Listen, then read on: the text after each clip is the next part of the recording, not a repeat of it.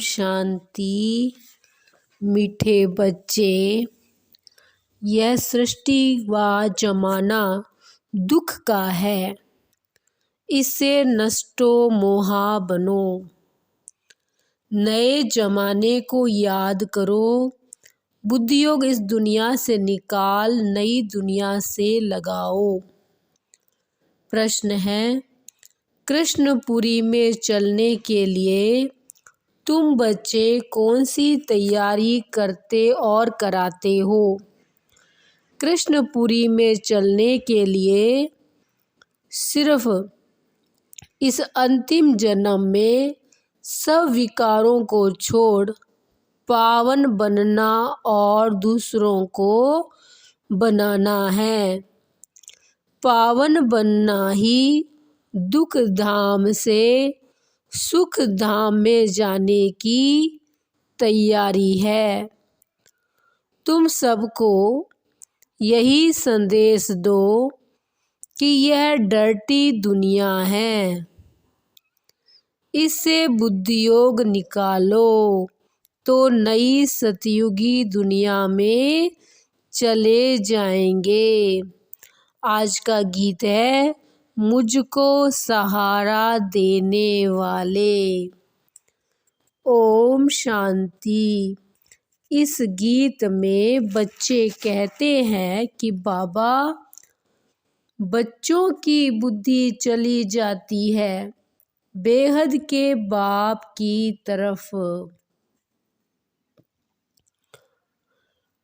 जिन बच्चों को अब सुख मिल रहा है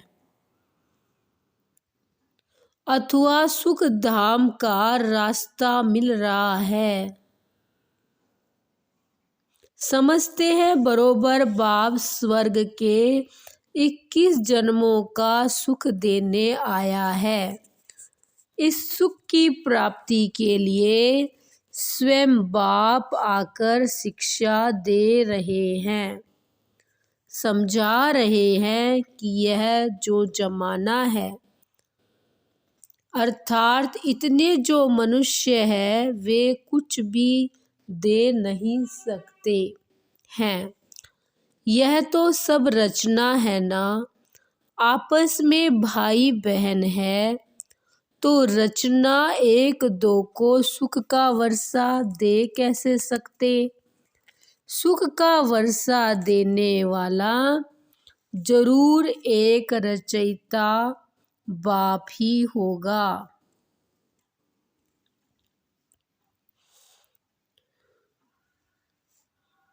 इस जमाने में ऐसा कोई मनुष्य नहीं जो किसको सुख दे सके। सुख दाता सद्गति दाता है ही एक, सतगुरु। अब सुख कौन सा मांगते हैं यह तो सभी भूल गए हैं कि स्वर्ग में बहुत सुख थे और अभी नरक में दुख है, तो जरूर सभी बच्चों पर मालिक को ही तरस पड़ेगा। बहुत है जो सृष्टि के मालिक को मानते हैं, परंतु वह कौन है, उनसे क्या मिलता है, वह कुछ पता नहीं है। ऐसे तो नहीं मालिक से हमको दुख मिला है, याद करते ही हैं उनको सुख शांति के लिए। भगत भगवान को याद करते हैं जरूर प्राप्ति के लिए। दुखी है तब सुख शांति के लिए याद करते हैं। बेहद का सुख देने वाला एक है, बाकी हद का अल्पकाल सुख तो एक दो को देते ही रहते हैं। वह कोई बड़ी बात नहीं। भगत सभी पुकारते हैं एक भगवान को, जरूर भगवान सबसे बड़ा है, उनकी महिमा बहुत बड़ी है, तो जरूर बहुत सुख देने वाला होगा। बाप कभी बच्चों को व जमाने को दुख नहीं दे सकते।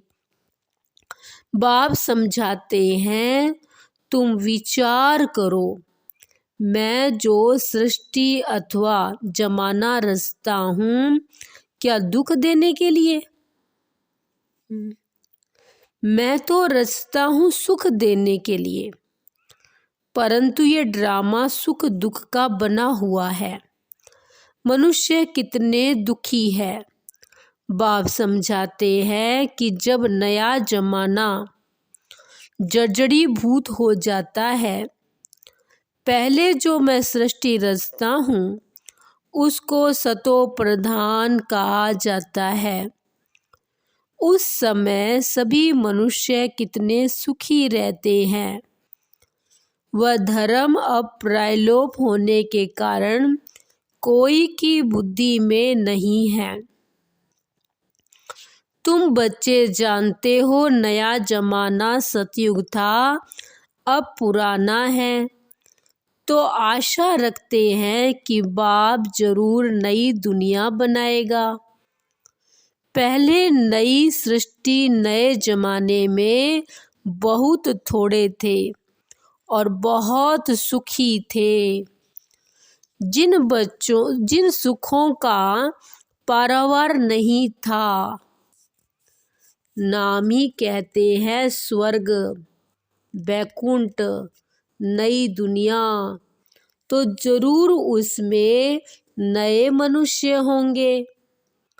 जरूर वह देवी देवताओं की राजधानी मैंने स्थापन की होगी ना। नहीं तो जो कलयुग में एक भी राजा नहीं, सब कंगाल है। फिर एकदम सतयुग में देवी देवताओं की राजाई कहाँ से आई? ये दुनिया बदली कैसे? परंतु सभी की बुद्धि इतनी मारी हुई है जो कुछ भी समझते नहीं हैं। बाप आकर बच्चों को समझाते हैं। मनुष्य मालिक पर दोष धरते हैं कि वह वही सुख दुख देते हैं, परंतु ईश्वर को याद ईश्वर को तो याद ही करते हैं कि आकर हमको सुख शांति दो, स्वीट होम में ले चलो। फिर पार्ट में तो जरूर भेजेंगे ना। कलयुग के बाद फिर सतयुग जरूर आना है। मनुष्य तो रावण की मत पर है, श्रेष्ठ मत तो है ही श्री मत। बाबा कहते हैं कि मैं सहज राज योग सिखाता हूँ। मैं कोई गीता का श्लोक आदि नहीं गाता हूँ जो तुम गाते हो। क्या बाप बैठ गीता सिखाएंगे? मैं तो सहज राज योग सिखाता हूँ। स्कूल में गीत कविताएं सुनाई जाती है क्या? स्कूल में तो पढ़ाया जाता है। बाप भी कहते हैं, तुम बच्चों को मैं पढ़ा रहा हूँ, राजयोग सिखा रहा हूँ। मेरे साथ और कोई का भी योग नहीं है। सब मेरे को भूल गए हैं। ये भूलना भी ड्रामा में नूंद है। मैं आकर फिर याद दिलाता हूँ, मैं तो तुम्हारा बाप हूँ। मानते भी है इन कॉर्पोरियल गॉड है, तो उनके तुम बच्चे भी इन कॉर्पोरियल निराकारी बच्चे हो। निराकार आत्माएं तुम फिर यहाँ आते हो पार्ट बजाने। सभी निराकार आत्माओं का निवास स्थान निराकारी दुनिया है, जो ऊंचे ते ऊंच है। यह साकारी दुनिया, फिर आकारी दुनिया, और वह निराकारी दुनिया सबसे ऊपर तीसरे तबके पर है। बाप सम्मुख बैठ बच्चों को समझाते हैं। हम भी वहाँ के रहने वाले हैं। जब नई दुनिया थी तो वहाँ एक धर्म था जिसको हेवन कहा जाता है।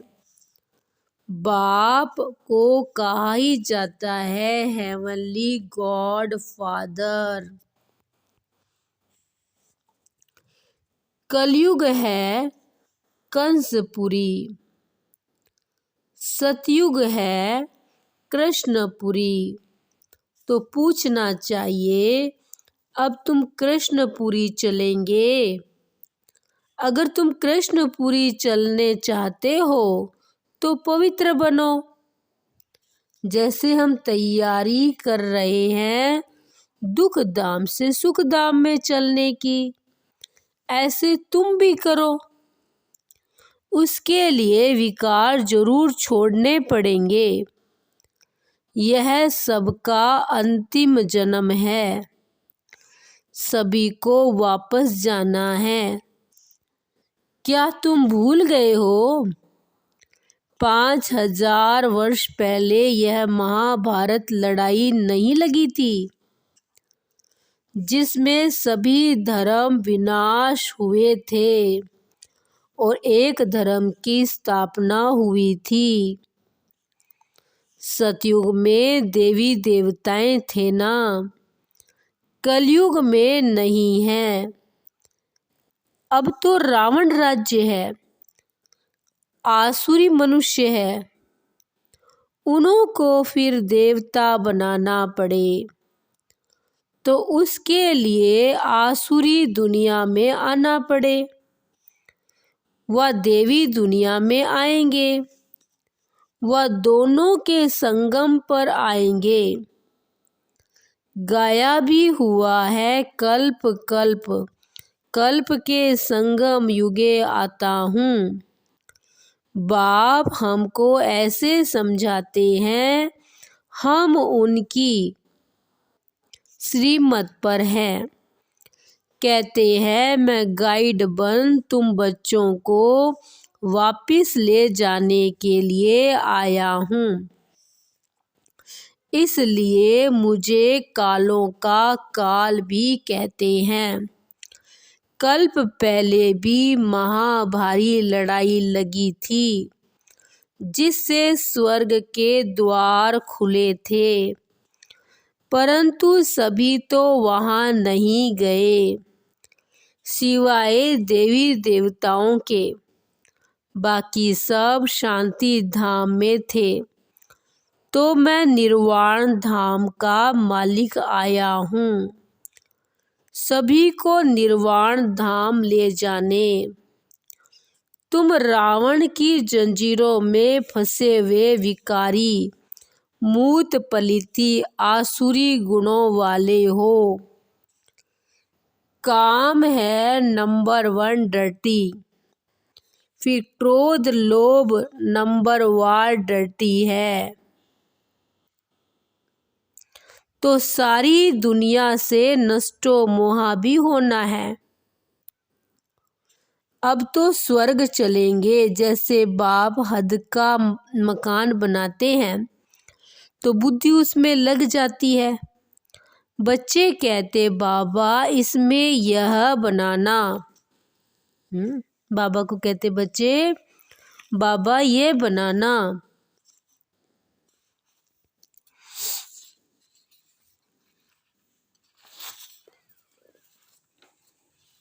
अच्छा मकान बनाना।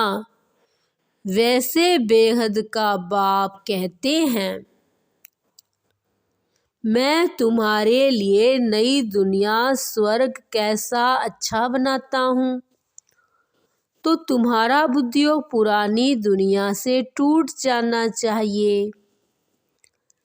यहाँ रखा ही क्या है, देह भी पुरानी, आत्मा में भी खाद पड़ी हुई है।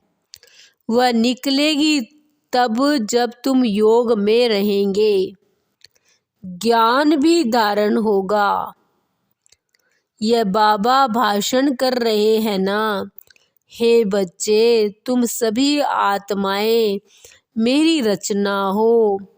आत्मा के स्वरूप में भाई भाई हो। अब तुम सभी को मेरे पास वापिस आना है। अभी सब तमो प्रधान बन चुके हो। रावण राज्य है ना, तुम पहले नहीं जानते थे कि रावण राज्य कब से आरंभ होता है। सतयुग में 16 कला, फिर 14 कला होती है। ऐसा नहीं कि एकदम 2 कला कम हो जाती है, धीरे धीरे उतरते हैं। अभी तो कोई कला नहीं है, पूरा ग्रहण लगा हुआ है। अब बाप कहते हैं कि दे दान तो छूटे ग्रहण, 5 विकारों का दान दे दो और कोई पाप नहीं करो। भारतवासी रावण को जलाते हैं, जरूर रावण का राज्य है, परंतु रावण राज्य किसको कहते हैं, राम राज्य किसको कहते हैं, यह भी नहीं जानते। कहते हैं राम राज्य हो, नया भारत हो, परंतु एक भी नहीं जानते कि नई दुनिया, नया भारत कब होता है। सभी कब्र में सोए पड़े हैं। अब तुम बच्चों को तो सतयुगी झाड़ देखने में आ रहे हैं। यहाँ तो कोई देवता है नहीं, तो यह बाप आकर सब समझाते हैं। मात पिता तुम्हारा वही है, स्थूल में फिर यह मात पिता है। तुम मात पिता उनको गाते हो, सतयुग में तो ऐसे नहीं गाएंगे। वहाँ न कृपा की बात है, यहाँ मात पिता का बनकर फिर लायक भी बनना पड़ता है। बाप स्मृति दिलाते हैं कि हे भारतवासी, तुम भूल गए हो तुम देवताएं कितने धनवान थे, कितने समझदार थे। अब बेसमझ बन देवाला मार दिया है। ऐसा बेसमझ माया रावण ने तुमको बनाया है, तब तो रावण को जलाते हो। दुश्मन का एफिजी बनाए उनको जलाते हैं ना। तुम बच्चों को कितनी नॉलेज मिलती है, परंतु विचार सागर मंथन नहीं करते, बुद्धि भटकती रहती है। तो ऐसी ऐसी पॉइंट्स भाषण में सुनाने भूल जाते हैं, पूरा समझाते नहीं हैं। तुमको तो बाप का पैगाम देना है कि बाबा आया हुआ है। यह महाभारी लड़ाई सामने खड़ी है, सभी को वापिस जाना है, स्वर्ग स्थापन हो रहा है। बाप कहते हैं देह सहित देह के सभी संबंधों को भूल मुझे याद करो। बाकी सिर्फ ऐसे नहीं कहना कि इस्लामी, बौद्धि आदि सब भाई भाई है। ये तो सभी देह के धर्म है ना। सभी की जो आत्माएं हैं वह बाप की संतान है। बाबा कहते हैं यह सब देह के धर्म छोड़ मामेकम याद करो। यह बाप का मैसेज देने के लिए हम शिव जयंती मना रहे हैं। हम ब्रह्मा कुमार कुमारियां शिव के पोत्रे हैं। हमको उनसे स्वर्ग की राजधानी का वर्षा मिल रहा है। बाप हमको पैगाम देते हैं कि मन मना भव, इस योग अग्नि से तुम्हारे विकर्म विनाश होंगे, अशरीरी बनो। अच्छा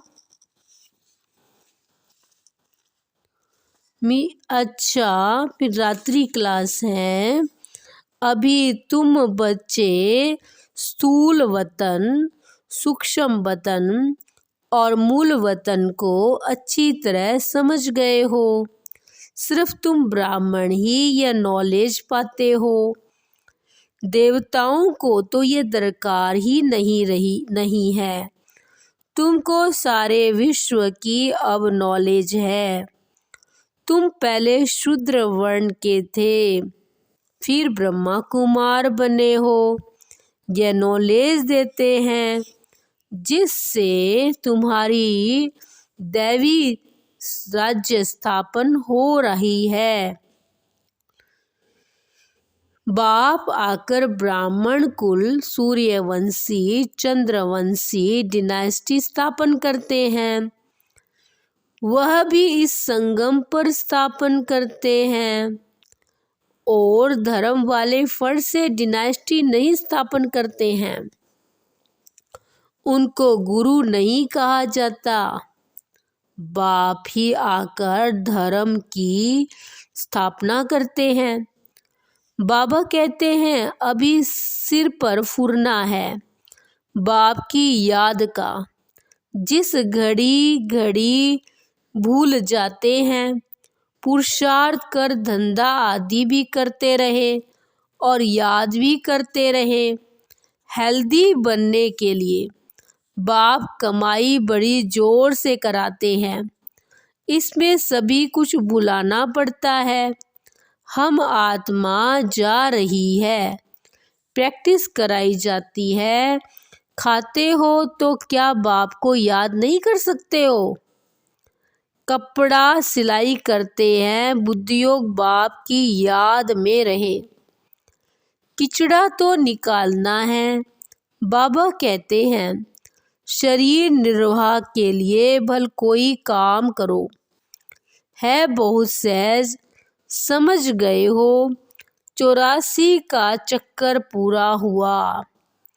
अब बाप राजयोग सिखाने आए हैं। यह वर्ल्ड की हिस्ट्री ज्योग्राफी इस समय रिपीट होती है।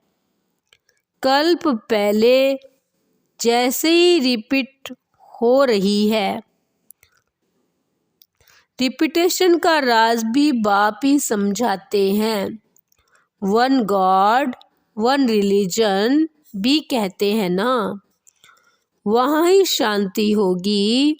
वह अद्वैत राज्य, द्वैत माना आसुरी रावण राज्य, वह देवता यह दैत्य।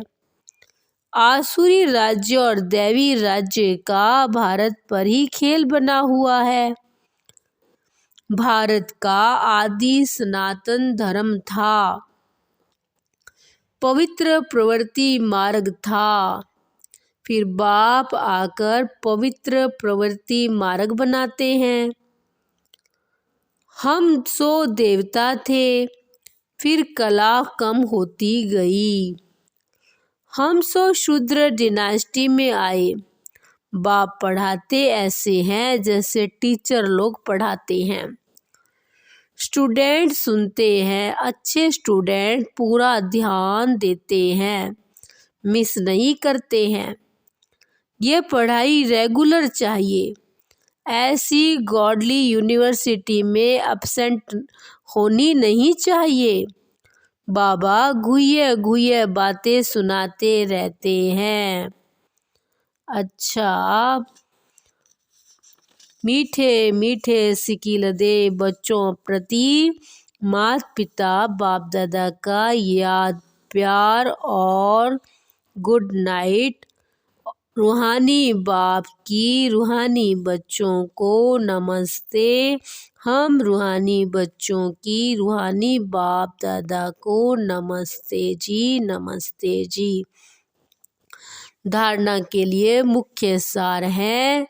पहला पॉइंट है, देह के सब धर्मों को छोड़ अशरीरी आत्मा समझ एक बाप को याद करना है। योग और ज्ञान की धारणा से आत्मा को पावन बनाना है। बाप जो नॉलेज देते हैं उस पर विचार सागर मंथन कर सबको बाप का पैगाम देना है। बुद्धि को भटकाना नहीं है। वरदान है, बाप के कदम पर कदम रखते हुए परमात्मा दुआएं प्राप्त करने वाले आज्ञाकारी भव। आज्ञाकारी आत्मा, आज्ञाकारी अर्थात बाप दादा के आज्ञा रूपी कदम पर कदम रखने वाले। ऐसे आज्ञाकारी को ही सर्व संबंधों से परमात्मा दुआएं मिलती है। यह भी नियम है। साधारण रीति भी कोई किसी के डायरेक्शन प्रमाण हाँ जी कहकर कार्य करते हैं तो जिसका कार्य करते उसकी दुआएं उनको जरूर मिलती है। यह तो परमात्मा दुआएं हैं जो आज्ञाकारी आत्माओं को सदा डबल लाइट बना देती है।